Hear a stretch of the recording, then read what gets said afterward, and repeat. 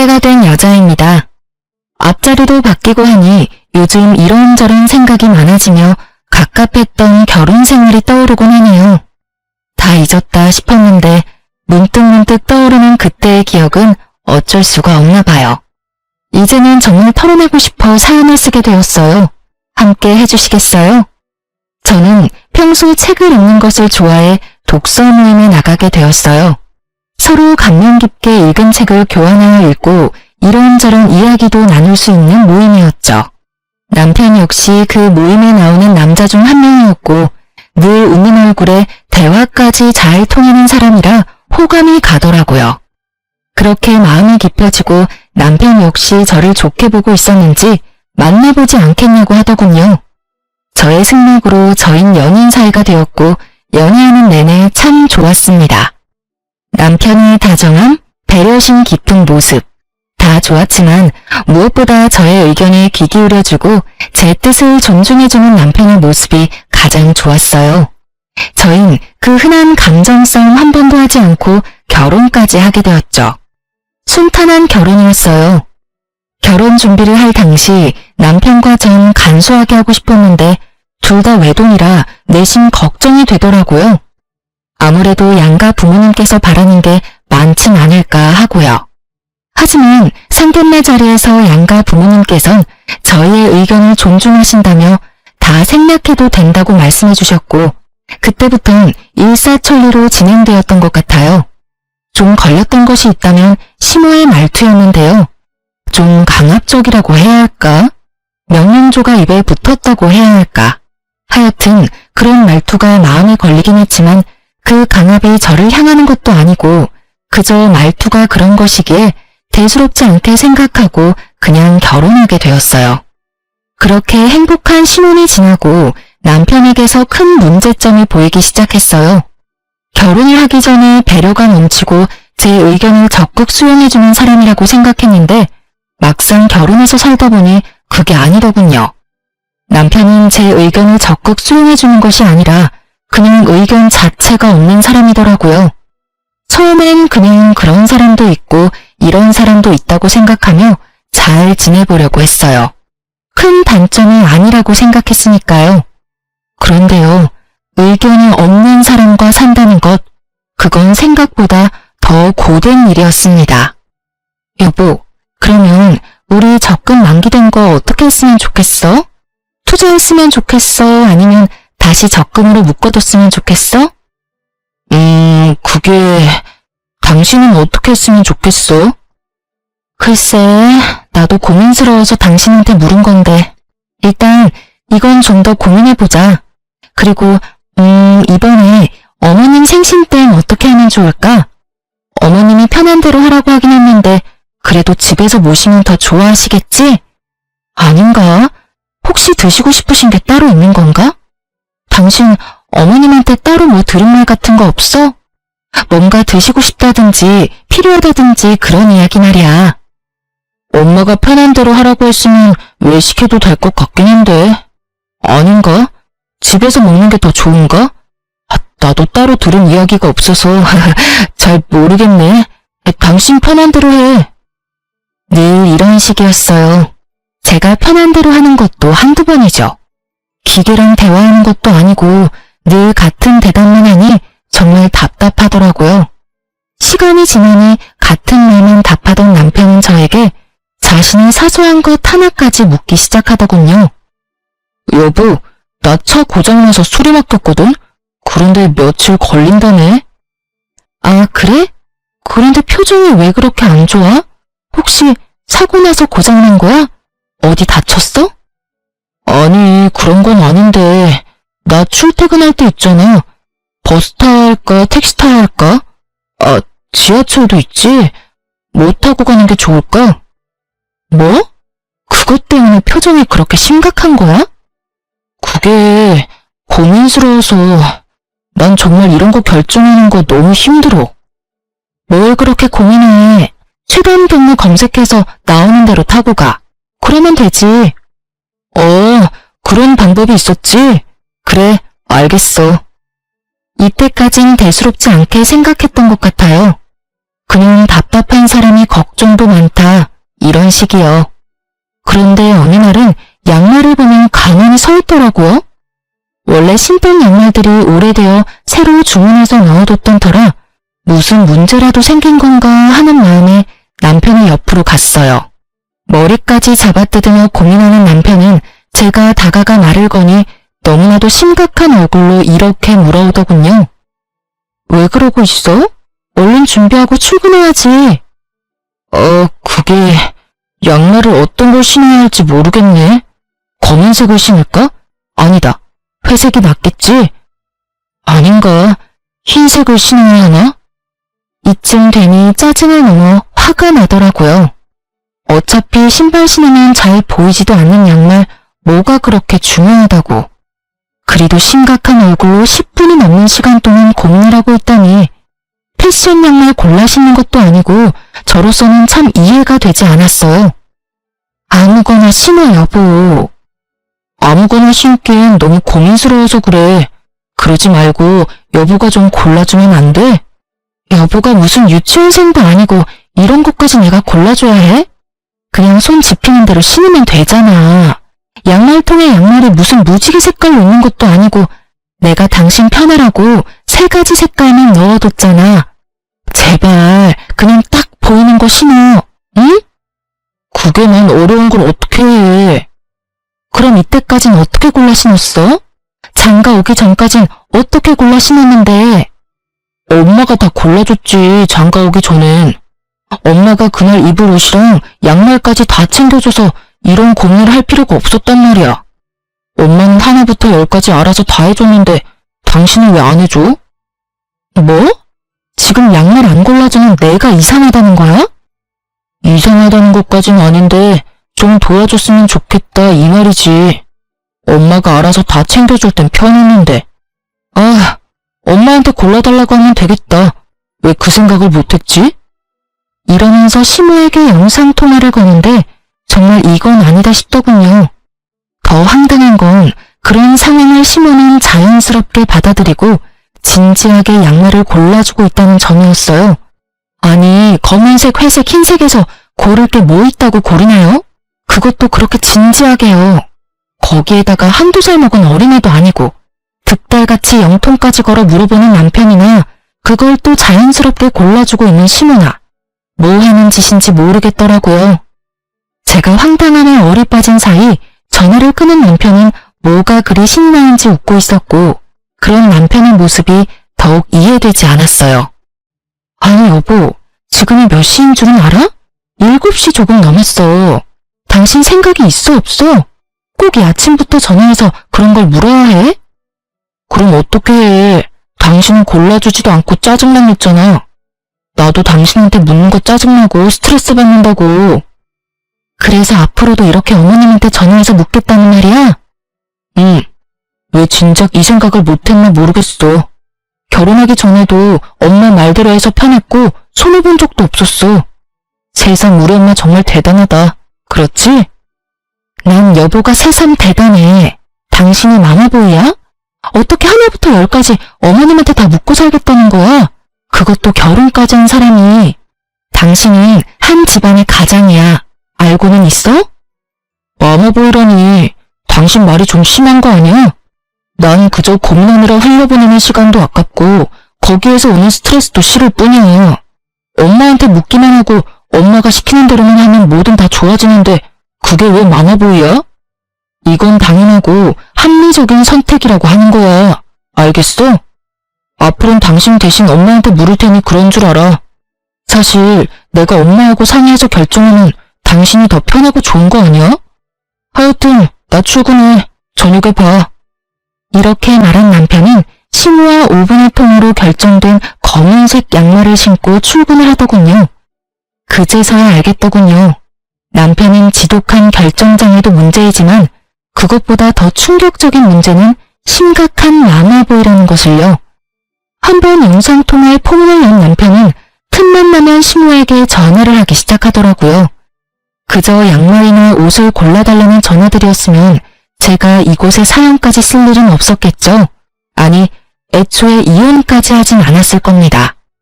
남편은 저와 일어나는 크고 작은 일까지 의견을 묻는다는 명목하에 다 알리기 시작하더군요. 친정 아빠의 생신이라 당연히 참석해야 하는 자리에 사위가 가도 괜찮냐고 묻지를 않나 친구 결혼식에 가려고 하는데 축의금은 얼마를 해야 하며 식사는 하고 올지 답례품을 챙겨올지도 묻더군요. 어떤 날은 저녁에 된장찌개를 먹을까 김치찌개를 먹을까로 고민하길래 답답해서 된장찌개를 끓였더니 글쎄 그것도 시모에게 전화로 보고를 하더라고요. 엄마, 오늘 난 김치찌개가 먹고 싶었거든? 그런데 집사람은 된장찌개를 끓였지 뭐야? 이럴 땐 어떻게 해야 해?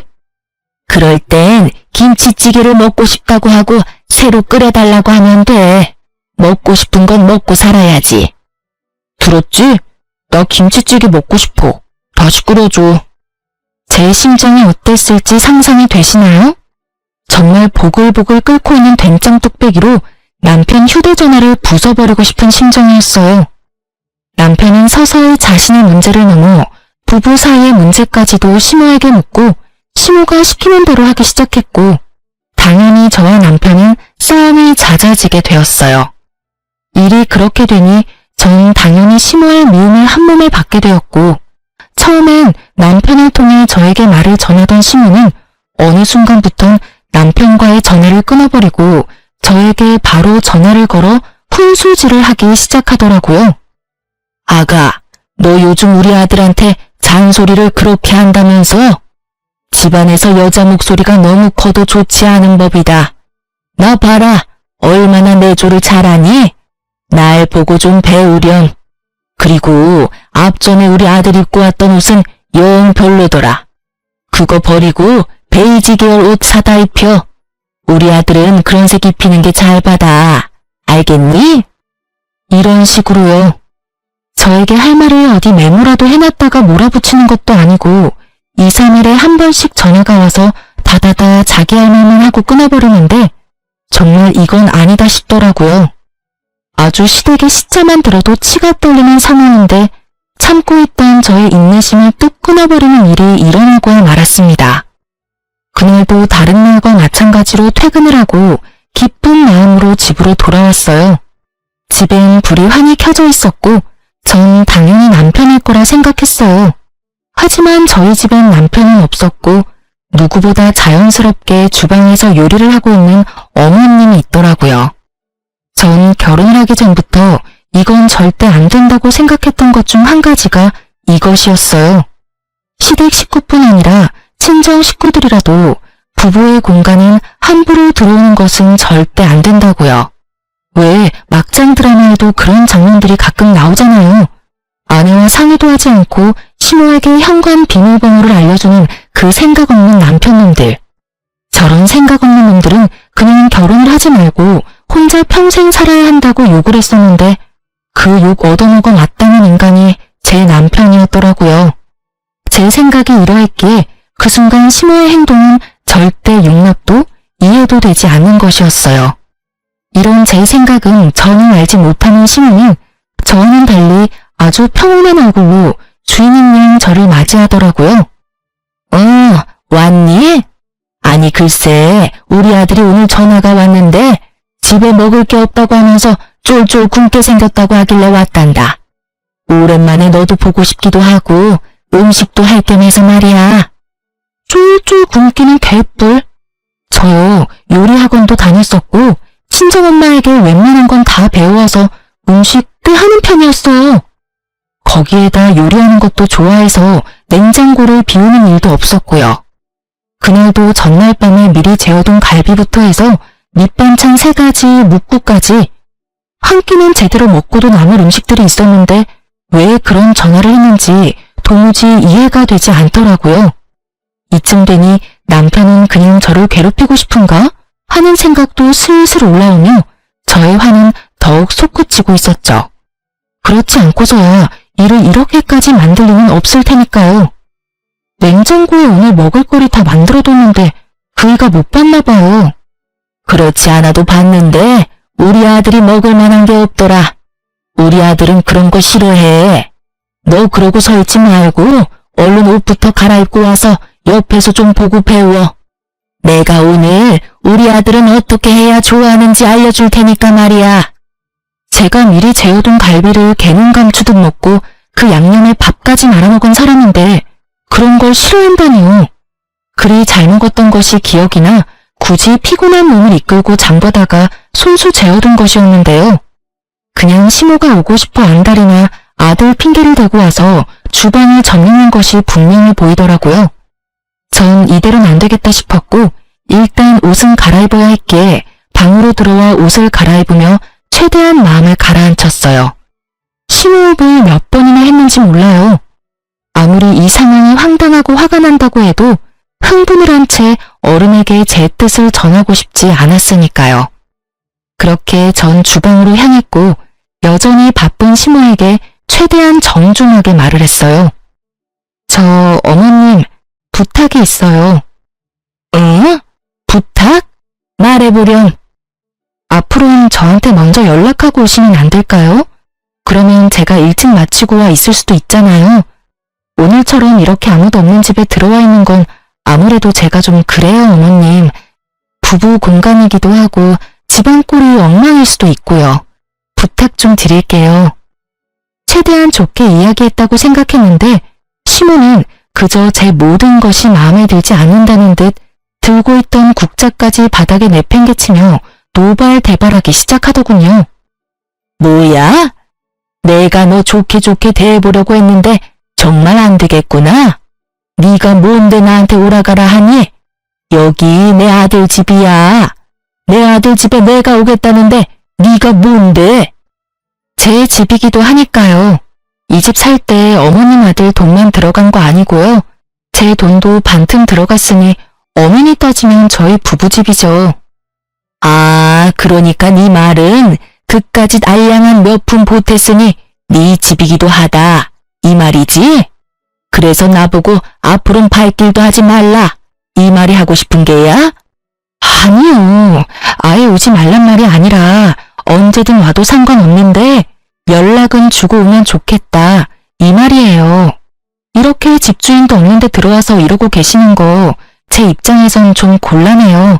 기분도 사실 좋진 않고요. 내가 기가 막혀서 아니 다 됐고 그래서 얼마 보탰니? 이 집 사는데 네가 보탠 돈이 얼마야? 그건 왜 물어보세요? 내가 그 돈 줄 테니 그 돈 받고 내가 앞으로 비밀번호를 누르고 이 집에 들어오든 배를 누르고 들어오든 아무 상관도 하지 말아라. 그깟 돈 얼마나 된다고? 네 집? 부부집이라고? 그게 어른한테 할 말이야? 그것도 시어머니한테? 정말 이 말을 듣는데 심장이 빨리 뛰기 시작하는 것이 느껴지더군요. 어른도 어른 나름이지. 더는 대접을 해줄 필요가 없다고 느낀 저는 그때부턴 참지 않고 시모에게 대응하기 시작했어요. 아니요, 그럴 필요까진 없고요. 제가 남편이 보탠 돈 돌려줄 테니 앞으론 이 집에 발길도 하지 마세요. 그렇게 되면 서로 얼굴 붉힐 일도 없고 좋을 것 같네요. 시모 입장에선 제 말이 심하다고 느껴질 수도 있다고 생각하기는 합니다. 하지만 애초에 처음부터 제가 나쁘게 말한 것도 아니었고 좋게 이야기했음에도 불구하고 말이 통하지 않으니 좋게 이야기할 필요가 없다는 생각이 들더라고요. 그리고 다툼이 생기더라도 이참에 확실히 해놓지 않으면 앞으로 살면서 계속 이 문제로 크고 작은 언쟁이 오갈 것이 분명했기에 좀 강하게 나갔던 것 같아요. 시모는 이런 상황은 예상도 하지 못했는지 표정이 확 바뀌기 시작하더니 그때부턴 마구잡이 폭언이 시작되더라고요. 이 미친 것이 뭐야? 뚫린 입으로 한다는 말이 뭐? 발길도 하지 말아달라고? 오냐오냐 했더니 이년이 시댁 무서운지 모르고 말짓거리지? 너 오늘 잘 걸렸다. 오늘 내가 너 그 썩어 빠진 정신머리 확 뜯어 고쳐주마. 꿇어. 얼른 무릎 꿇고 돈이 발이 될 때까지 빌어. 얼른. 제가 왜요? 제가 뭘 잘못해서 무릎까지 꿇어야 하나요? 전 절대 무릎 꿇을 생각도 손이 발이 될 때까지 빌 생각도 없어요. 아니, 애초에 잘못은 어머님이 하셨잖아요. 요즘 아무리 자식 집이라고 해도 아무도 없는 집에 이렇게 막무가내로 들어오는 부모님들이 어디 있어요. 친정 부모님들은요, 상이 불편할까 싶어서 집에 찾아오지도 않으시고, 친정으로 부를 때도 상위 일정 2번, 3번씩 물어보시고, 컨디션 체크까지 해서 부르세요. 그런데 어머님은 제가 뭘 그렇게 잘못했다고 욕하면서 무릎까지 꿇으라고 하냐고요. 기어코 저의 입에선 쌓인 말들이 쏟아져 나와버렸고, 제 말을 듣고 있던 시모는 사연은 차마 쓰지 못할 욕을 하기 시작하더군요.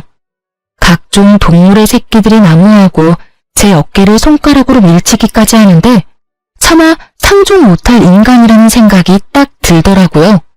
그래서 전 대화가 시작되기 전 혹시 모를 상황에 대비해 녹음 중이던 휴대전화를 버젓이 시모의 얼굴에 내밀었어요. 그러니 또 시모가 노발대발하며 물어오더라고요. 너 지금 뭐하니? 설마 녹음하니? 네, 다 녹음하고 있어요. 혹시나 하는 상황이 오면 이런 것도 다 증거가 된다고 하더라고요. 그래서 미리미리 증거 확보하고 있어요. 사실 증거용으로 녹음한 것은 아니었고 남편에게 네가 오늘 나에겐 단 한마디 상의도 없이 시모에게 현관 비밀번호를 알려줘서 이런 상황까지 왔다는 것을 들려주려고 녹음한 것이었는데 이게 이런 식으로 쓰일 줄은 저도 미처 알지 못했네요. 하여튼 시모는 본인이 생각해도 말이 심해도 너무 심했다 싶었는지 이때부턴 말은 하지 않았고 말 대신 눈으로 욕을 하기 시작하더군요. 그러면서 본인이 만든 음식과 식탁 위에 올려져 있던 한약을 챙기며 이렇게 말하더라고요. 내 아들 먹이려고 한 음식 네 입에 들어가는 꼴은 못 보겠으니 다 챙겨가서 내 아들 먹이마. 그리고 이 한약은 너 임신 잘 되라고 비싼 돈 주고 지어온 한약인데 네 말대로 혹시 모르는 상황이 올 수도 있으니 이것도 가지고 가마. 네, 그렇게 하세요. 그리고 다음부턴 연락은 꼭 하고 오시고 빈집에는 들어오지 마세요. 못된 년 같으니라고 오라고 부탁을 해도 앞으로는 올 일 없을 것이다. 오늘 네가 나한테 어떻게 했는지 잊지 말렴. 내 기필코 네가 땅을 치고 후회하게 만들어줄 테니. 마지막까지 대화를 욕으로 마무리한 시모는 현관으로 향했고 그 순간 퇴근하고 돌아오는 남편과 마주하게 되었죠. 머리끝까지 화가 난 시모는 남편을 지나쳐 나가버렸고 남편은 심상치 않은 분위기를 감지했는지 집으로 들어오려던 발걸음을 돌려 그대로 시모를 따라가 버리더라고요. 기가 얼마나 막히는지 그저 코웃음만 나더군요. 전 이때부터 심각하게 이혼을 고민하게 되었어요. 사랑? 물론 남편을 사랑하긴 했었죠. 그러니 결혼까지 하게 되었던 거고 그때껏 모진 수모도 참아왔던 거고요. 하지만 그 사랑이란 감정도 많은 실망들로 인해 식어버린 지 오래였고 무엇보다 저딴 인격의 시모를 진심으로 존경하며 잘 살 자신이 없었어요. 제 고민이 깊어지는 사이 일주일이 지났고 그렇게 가버린 남편은 연락도 없이 돌아오지 않고 있었어요. 하루 이틀이야 저 역시 머리가 복잡했기에 돌아오지 않는 남편을 보며 차라리 잘 됐다는 생각도 했었지만 그것이 3일이 되고 4일이 되더니 기어코 일주일 찍고 나니 아무리 그래도 이건 아니라는 생각이 들더라고요.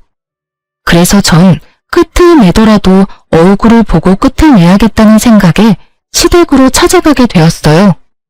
시댁에 도착을 하니 어떤 젊은 여자가 시댁 문을 열고 들어가고 있었는데 한눈으로 봐도 처음 보는 여자인데 자연스럽게 열린 대문으로 들어가고 있더라고요. 누구인지 떠올리는 것도 잠시 제대로 닫히지 않은 대문을 열고 시댁으로 들어갔고 현관문도 열어보니 잠겨있지 않아 인기척을 내며 들어가려는 순간이었어요. 임신이라는 단어가 제 귀에 와서 딱 박히는 순간 전 모든 행동을 멈추고 시모와 젊은 여자의 대화를 엿듣기 시작했어요. 그러니까 임신은 언제든 가능하다 이 말이죠? 그거 참 다행이네요. 네, 병원에서 자궁도 건강하고 다른 문제점도 없다고 했어요. 결과지는 여기 있어요. 좋네요. 아유, 한 번에 임신이 되면 얼마나 좋을까. 내 나이도 있고 아들도 그렇고 빨리 손주가 보고 싶거든요. 오죽했으면 이런 짓까지 하겠어요. 이야기를 들어보니 시모가 드디어 정신이 나갔는지 대리모를 들인 것 같더라고요. 당장이라도 그 잘난 아들 이혼이라도 시키고 싶은데 저에게 이혼 사유는 없고 그렇다고 제가 호락호락 이혼을 받아들이지 않을 것이 분명하고 그런 와중에 손주는 빨리 보고 싶은데 제 피가 섞인 손주는 보고 싶지 않았던 시모가 이 미친 짓을 꾸민 것이었어요. 이런 정신 나간 일에 남편의 뜻은 어땠는지 생각할 필요도 없었어요. 그 인간은 엄마 말이라면 똥이라도 처먹을 그런 인간이었으니까요. 아, 약은 잘 챙겨 먹고 있죠? 이 한약 유명한 한의원에서 지어온 임신 잘 되는 약이에요. 이왕 일 치르기로 한 거 빨리 끝내는 게 서로한테 좋지 않겠어요? 네, 들어오던 날부터 해서 3일 동안 하루도 빠지지 않고 잘 먹고 있어요. 오늘은 배도 유난히 더 따뜻한 것 같고 그렇네요. 그래요? 비싼 값 하네요. 그리고 다시 한번 말하지만 우리 바깥 양반 앞에서는 지금까지 했듯이 내 먼 친척 딸이라고 해주면 돼요. 절대 실수하면 안 되는 거 알고 있죠? 네, 그럼요. 실수하지 않도록 할게요. 걱정하지 마세요. 3일이나 됐더라고요. 남편이 시댁에서 지내기 시작한 지 고작 일주일인데 그 젊은 여자가 시댁에서 지내기 시작한 게 3일이라니. 어이도 없고 머리끝까지 화도 차올랐지만 일단 전 그 자리를 벗어났어요. 들이닥쳐 다 엎어버리고 끝내버리기엔 벌인 일에 비해 너무 약한 벌을 주는 것 같았으니까요. 집으로 돌아온 전 당장이라도 남편 놈을 집으로 불러들여야 하나 고민도 했지만 이미 이혼도 결심했겠다. 남편 꼴도 보고 싶지 않을 뿐더러 남편이 시댁에 있어야 진정한 복수가 될 것 같아 그냥 두기로 했어요. 전 어떻게 해야 할지 고민했고 묘수가 될지 무리수가 될지 모르겠지만 한 가지 방법이 번뜩 떠오르더군요. 다음날 전 꽤 일찍부터 시모의 집 가까운 곳에 차를 주차하고 남편이 돌아오길 기다렸어요. 아무래도 저녁엔 시부도 집에 있을 것이고 일이 일어난다면 낮을 거란 생각에 일찍 서두른 것인데 아니나 다를까 점심시간이 지나자 반차라도 쓴 것인지 남편놈이 모습을 드러내더라고요. 저는 숨죽여 시댁을 주시했고 뒤이어 시모가 나오는 모습을 보고 확신에 차 경찰에 대리모를 고용해 불법적인 행위가 일어나는 곳이 있다며 신고를 했습니다. 여러모로 고생이 많으신 경찰관분들은 정말 총알같이 출동을 해주셨고 저는 경찰관들을 대동하고선 시댁을 들이닥쳤어요. 남편이 집에 두고 간 시댁집 열쇠를 챙겨온 덕에 벨 따윈 누를 필요도 없이 그야말로 현장 급습을 하게 된 것이었죠. 갑작스럽게 들이닥친 저와 경찰관을 본 남편과 여자는 크게 당황을 하더라고요. 다행인지 불행인지 너무 빨리 들이닥치는 바람에 일을 치르기 전이었지만 그 정황들이 어떤 상황인지 모두 알려주고 있었죠. 여자는 당황스러운지 방으로 숨어 나오지 않았고 남편은 거실로 나와 아무 말도 못하고 저와 경찰분들의 눈치만 살피며 시모에게 연락을 하고 있더라고요. 뭐 당연한 일이라고 생각했네요. 저 생각이라고 없는 놈이 이 상황에서 무슨 말을 해낼 수 있겠어요? 시모는 근처에서 대기하고 있었는지 빨리도 돌아왔고 오면서 변명거리라도 생각했는지 신발을 벗기도 전에 말을 쏟아내고 있더라고요. 대리모라니 말도 안 돼요. 저 애는 우리 아들이랑 지금 만나고 있는 애라고요. 에? 유부남 아닌가요? 여기 이분이 부인이라고 하던데요. 유부남 맞아요. 맞긴 한데 곧 이혼할 예정이라 별거 중이었어요. 아무래도 며느리가 큰 오해를 하고 신고까지 한 모양인데 절대 그런 거 아니니 이만 돌아가 주세요. 이혼이라니요? 전 이혼에 관해선 이야기 들은 적도 없는걸요. 다툰 건 남편이 아니라 어머님이랑 다퉜고 집 나간 남편이 일주일째 집에는 오지도 않고 시댁에 있었던 건 맞는데 이혼 이야기는 한 적도 없어요.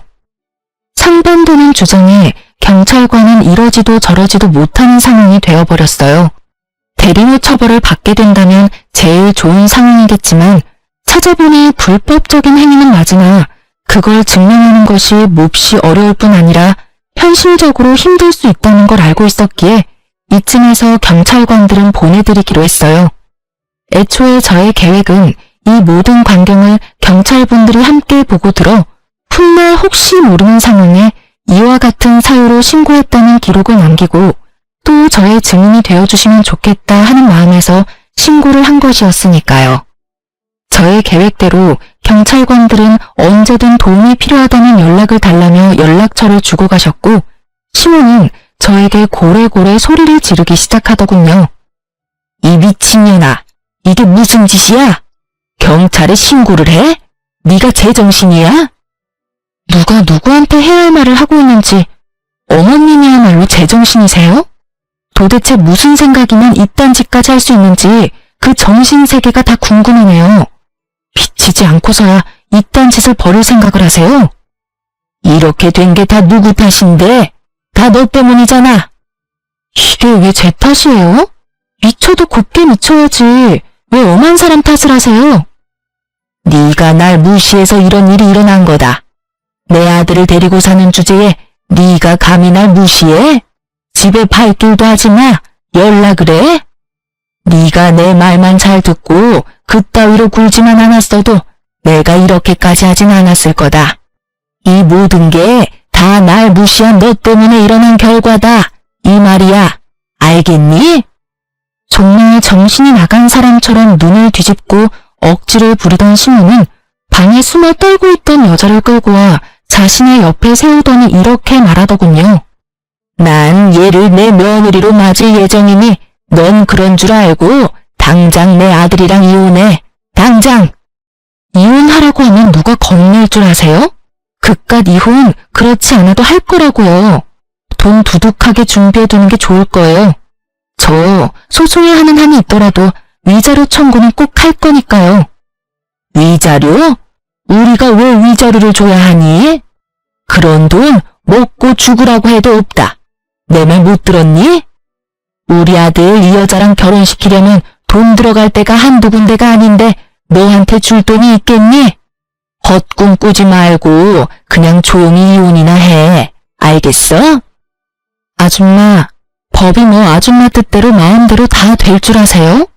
헛꿈은 아줌마가 꾸고 계시네. 꿈 깨세요.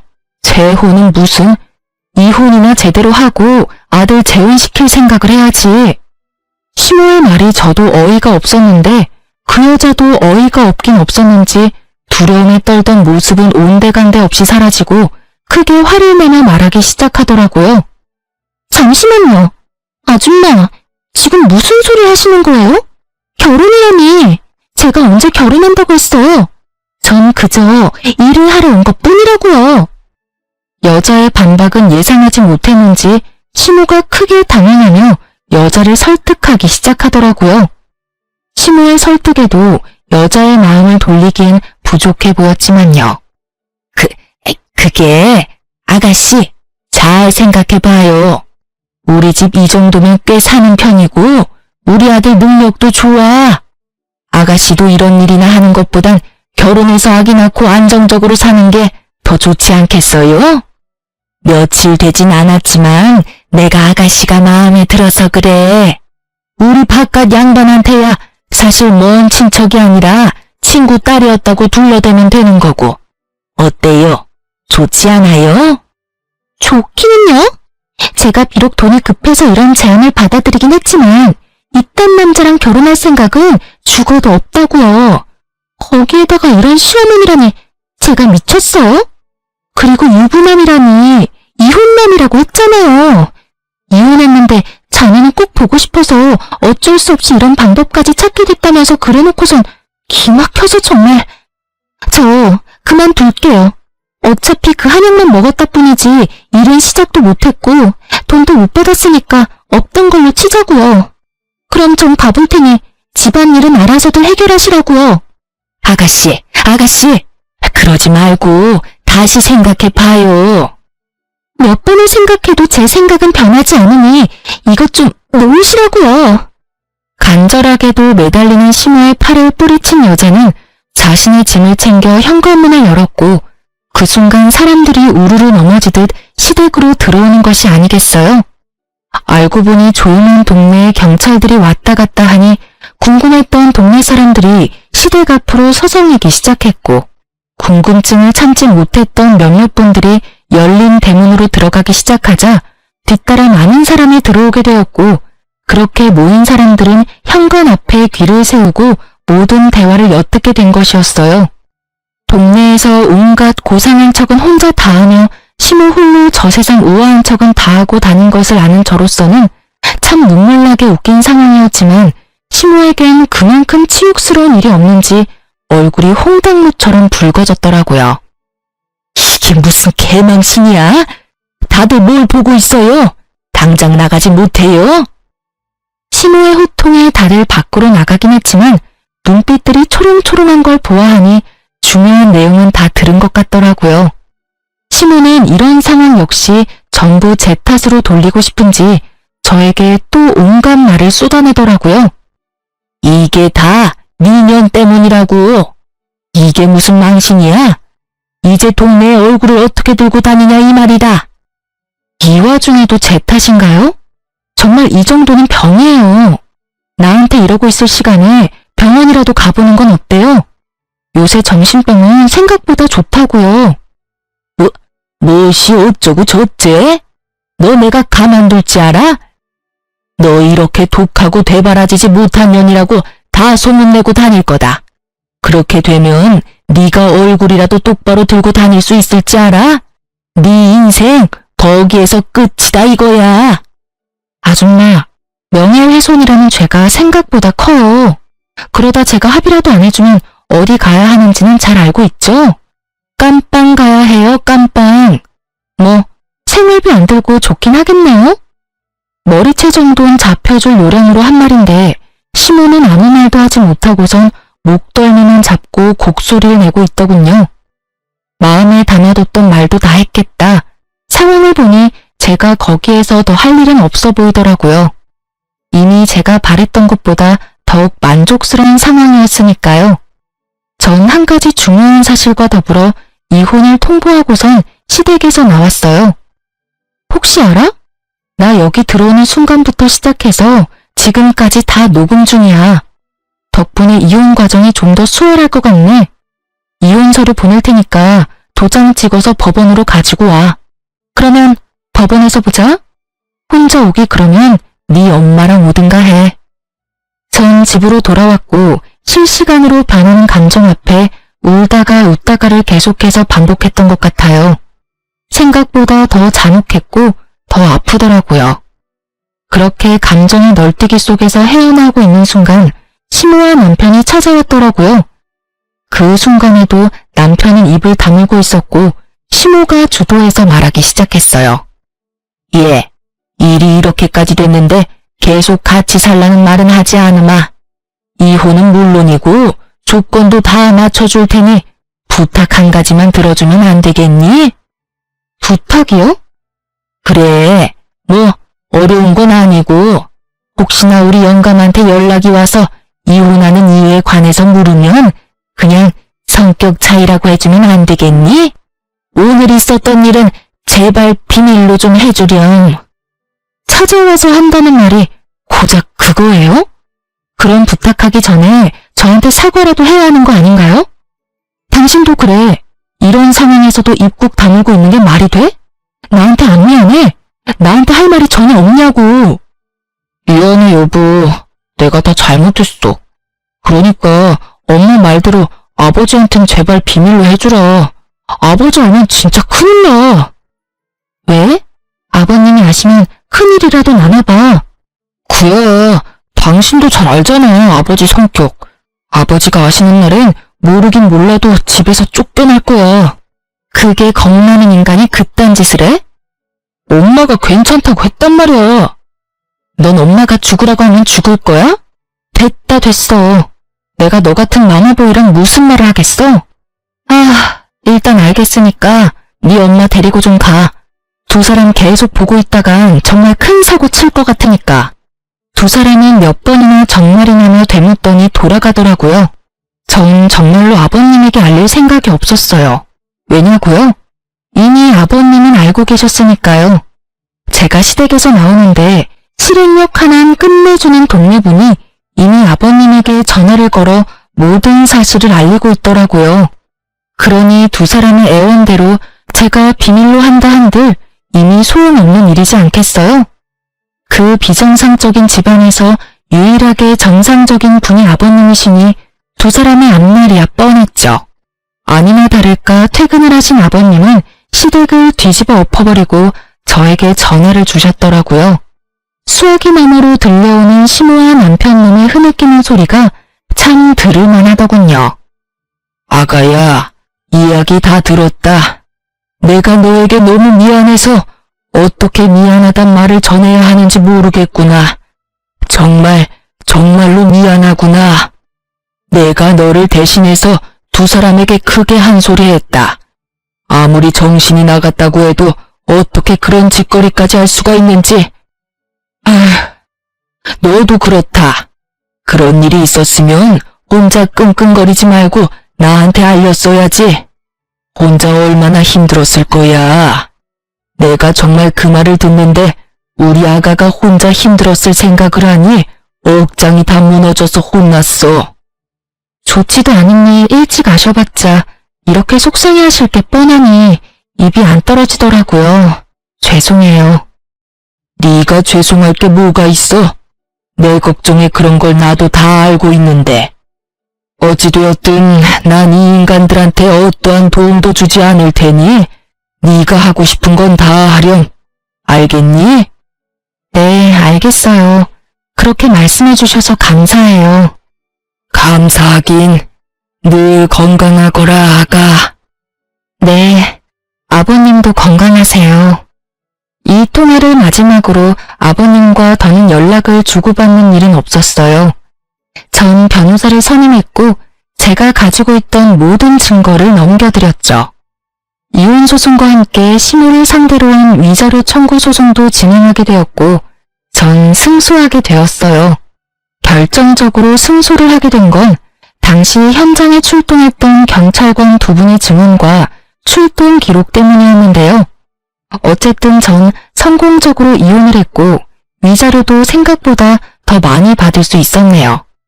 그 지긋지긋하던 시댁과의 인연도 끝이 나고 전 시댁이 있는 쪽으론 보지도 않고 살았는데 거래처 미팅이 하필 전 시댁 근처에서 잡히는 바람에 어쩔 수 없이 간 적이 있었어요.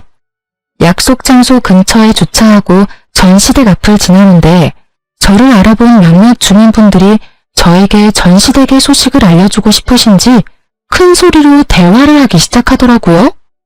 아니, 글쎄 그 이야기 들었어? 무슨 이야기? 저 집에 경찰 왔다 가고 난 뒤에 아주 집안이 풍비박산이 났잖아, 왜? 아, 그래? 그 집 아들 이혼하고 집에서도 쫓겨났다지 아마? 그딴 짓을 했는데 집에서만 쫓겨났겠어? 회사도 잘렸다던데? 마침 마트 집 딸이 저 집 아들이랑 같은 회사를 다녔지 뭐야. 바람이라고 하든 사랑이라고 하든 엄연한 범죄인데 회사에도 소문이 쫙 돌아서 결국 잘렸다고 하더라니까.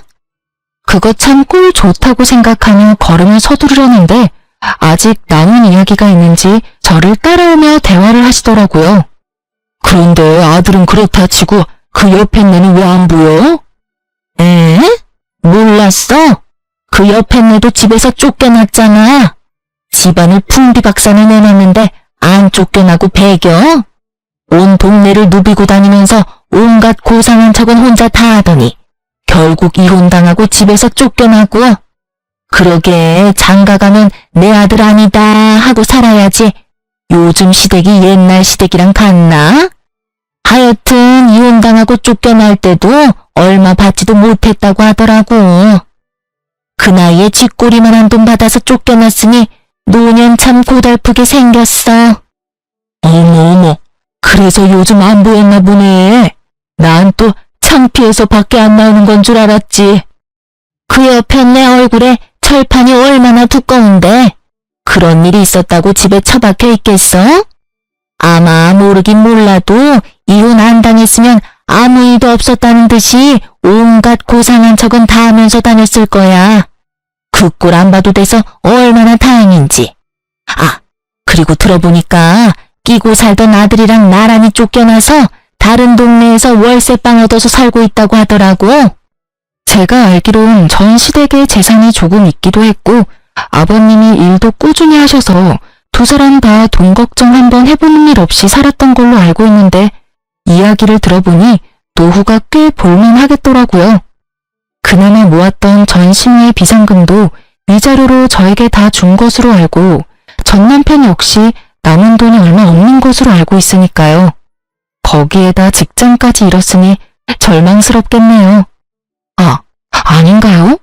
직장에서 결정하느라 스트레스 받을 일이 사라졌으니 더 좋을 수도 있겠네요.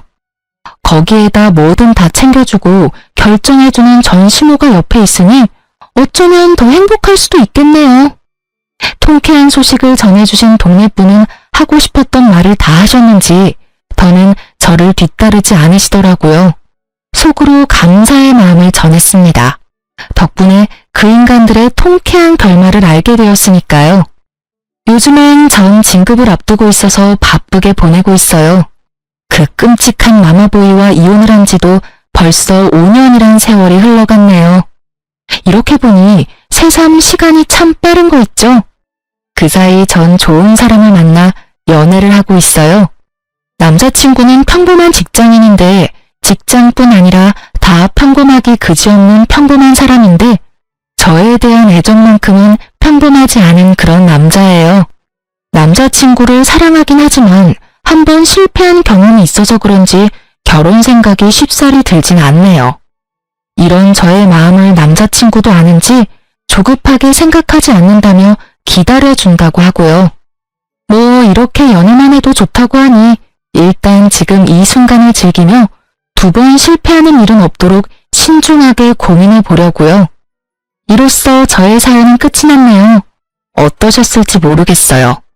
전 다른 분들 사연을 들을 때 함께 욕도 하고 통쾌해하며 사연을 듣곤 했었는데 여러분도 그러셨나요? 어쨌든 저의 긴 사연 들어주셔서 감사합니다. 좋은 하루 되세요.